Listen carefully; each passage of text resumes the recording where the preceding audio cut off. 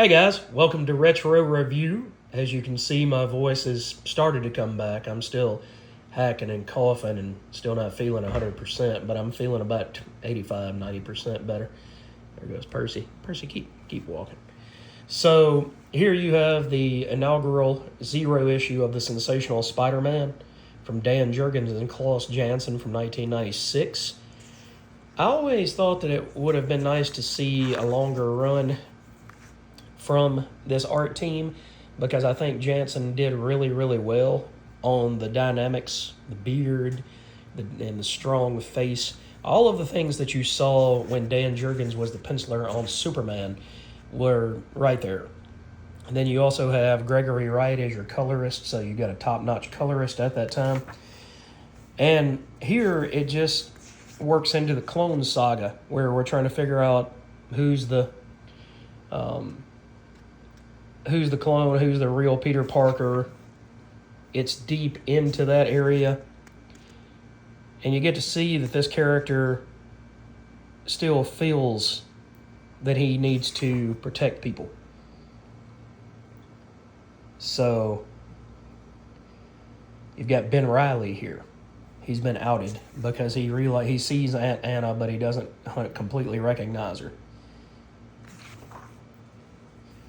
But you get really strong layouts, and from what I understood, they got Dan Jurgens, and he only stayed for 6 issues. Then Todd DeZago took over the title for a little bit, and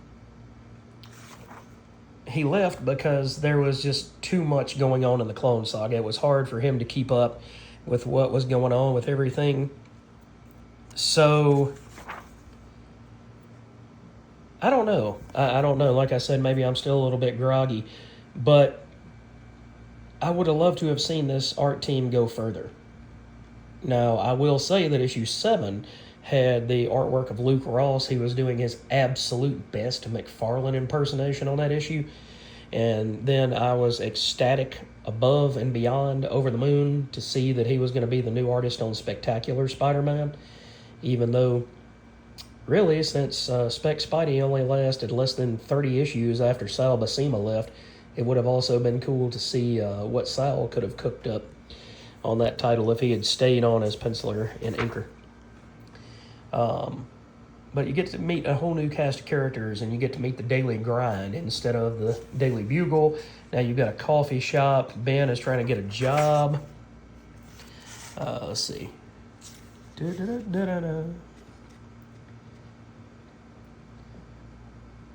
So you've got Devin and his mom, and she offers Ben a job.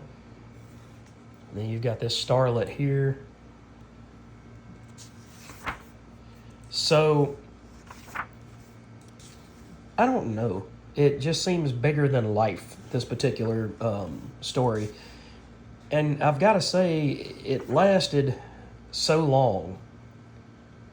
Here's Armada, one of his villains.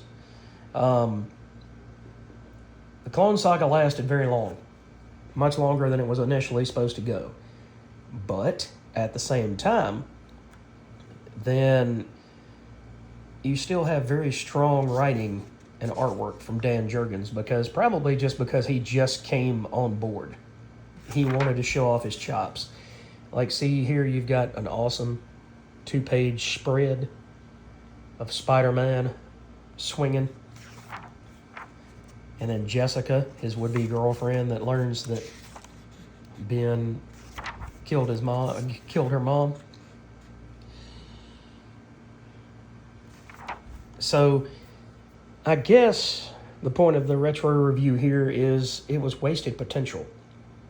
We could have seen so much great things, so much better, tighter scripting come out of Sensational Spider-Man, I think, had Dan Jurgens been allowed or chose to stay on the title. But it's kind of like being thrown as the ringmaster into the middle of the circus when you've never been a ringmaster before. So you just jump from one point to the next, trying to do the best that you can. That looks kind of like Rick Leonardi with that ink you know, with those inks on it. But it was an amazingly strong start to this series. And then you get that same art team and that same writer for 6 issues after this. It was one of the better parts, I would say, the fresher parts of the Clone Saga, because you got to see Ben and got introduced to his own world. He wasn't just trying to infiltrate Peter's world and take everything from him. He was trying to become his own man. He was trying to make his own way. So, overall, I think this book was excellent. It was giant-sized, so you got more pages. And I don't know how well you'll be able to see this, but you get this lenticular motion in this cover as well. So Spidey's coming at you. That was always one of the cool things. This is one of my favorite covers, along with Spec Spidey 200 with the hollow foil cover. So anyway, guys, like I said, I'm still a little bit groggy from the meds, but I hope you've enjoyed this video, and we'll catch you next time for another retro review.